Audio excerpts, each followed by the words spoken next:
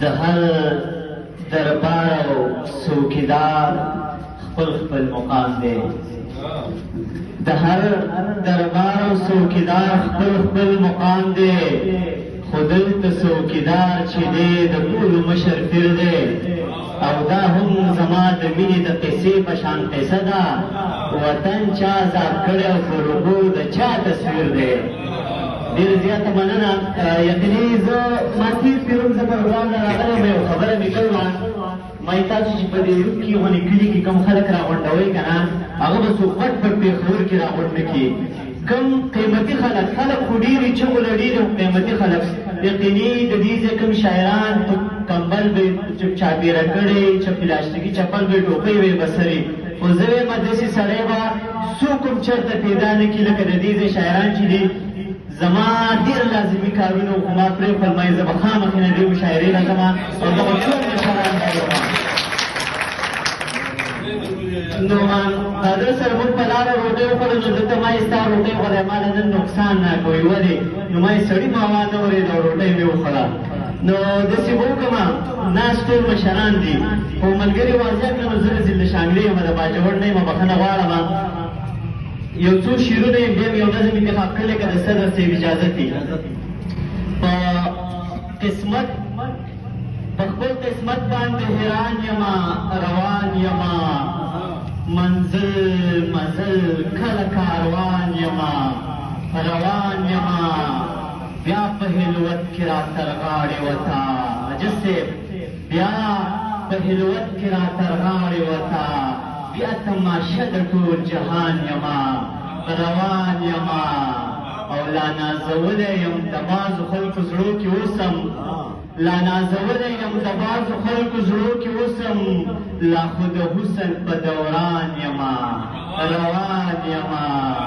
د ژوند سفر ته مې خپیاب لخپې ملا تړلې.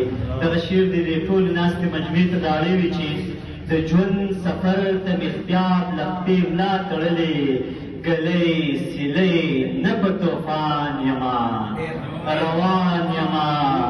او سالارزیه د یار وصل ته تر مې لا تر اوسه پروت یم، کلونه وشو چې ویران یما، روان یما. دغه نظم ویمه زه ضربو ویمه ځکه ټیم لیټ دی، د مایک پوره برابرېږي نه شي دا ولې. خو نظم دی د باقر صاحب د دې وخت مطابق دی. نو ما ځکه غوښتله چې هر پښتون د وخت غلام دی، هر پښتون د وخت غلام دی. څوک له جبې اغېزان دی، څوک اخته په ویر د ځان دی، څوک خوړلی تور زندان دی، څوک خپل رزق ته حیران دی، څوک په ماتو خپو روان دی. د چا خوب له ویرې ورک دی، د چا هڅ زړه راډک دی، د نفرت هوا لګېږي چا په چا یې ټوپک دی، د نفرت هوا لګېږي چا په چا یې ټوپک دی. د دې ځمکې قتلګاه ته حق حیران پورته فلک دی، د دې ځمکې قتلګاه ته حق حیران پورته فلک دی. د تاریخ ملا یې تغمې کړه، د تاریخ ملا یې تغمې کړه، دا دې چا کړی ګزار دی. ته به وایې کمال نه دی چې پښتون د نړۍ ښکار دی. هدیرې تر ښاره راغلې هر یو ځای شهید آباد شو، لا شروع نسل کشي ده چا ویل وطن آباد شو. هدیرې تر ښاره راغلې هر یو ځای شهید آباد شو، لا شروع نسل کشي ده چا ویل وطن آباد شو. دا ستم د کوم یزید دی، د جومات محراب شهید دی، سور په وینو کې امام دی. هر پښتون د وخت غلام دی، هر پښتون د وخت غلام دی. د کتاب نه یې نفرت دی، د نصاب نه یې نفرت دی، د کتاب نه یې نفرت دی، د نصاب نه یې نفرت دی. د ازغو کروندګر دی، د ګلاب نه یې نفرت دی، د ازغو کروندګر دی، د ګلاب نه یې نفرت دی. په تویرلو ریبل کېږو د غنمو نه ارزان یم، چې اوبه څښلی نه شو موږ د داسې سیند مارغان یو، چې اوبه څښلی نه شو موږ د داسې سیند مارغان یو. د تعبیر نه مرور یو، د تعبیر نه مرور یو. دا زموږ خپو کې چې پروت دی دی زنځیر نه مرور یو، دا زموږ خپو کې چې پروت دی دی زنځیر نه مرور یو. شملې ډېرې سر نشته، د پښتون یو ریبر نشته، بې حیا او بې پردې شو، د کورونو مور نشته. په هر کور کې ویر جړا ده، په ښادیو کې غوغا ده، بې دوزخه کور سوځي.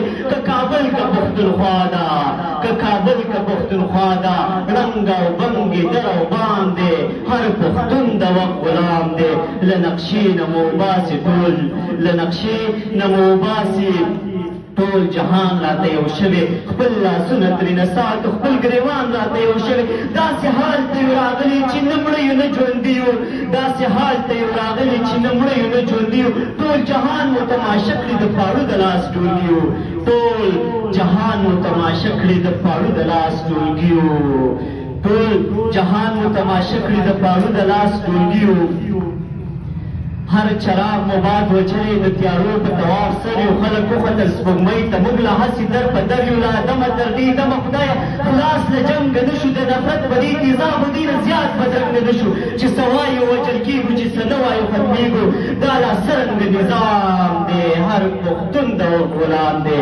خاموشي شورا کې لنګا جسه خاموشی شورا کی لنگ آخر شوری را پیدا کو چی بسری ملفلیز داسی اوری را پیدا کو د نفاق چې بسری ملفلیز داسی اوری را پیدا کو د نفاق وینه مخرینو د شعور نظر مرتد دی د شعور نظر مرتد دی پر انا ورځ را غونځېږو یو منزل او یو لار شي یو گفتار یو کردار شي د یو بل ګریوان را ټول کوي یو ستن او بل تار شي کلي زمه باچا خان ته کنی زما باچا خان ته کنی زما مرویز خان ته کنی زما ابدالي ته کنی زما مرویز خان ته حل به وایم هغه ته چې پښتون لاړو تباه شو نه د دین نه د دنیا شو د باقر وروستی پیغام دی هر پښتون د وخت غلام دی او دغه اخري په دوو شعرونو باندې اجازه تعالی به چا واړولې هغه چې د مستۍ خندا په شا واړولې که سر و ماتېدا او لورې هوا واړولې که خلکو مې د شرم لاس په مخ نه راښکوللی ما به د شانګلې په سر په خوا واړولې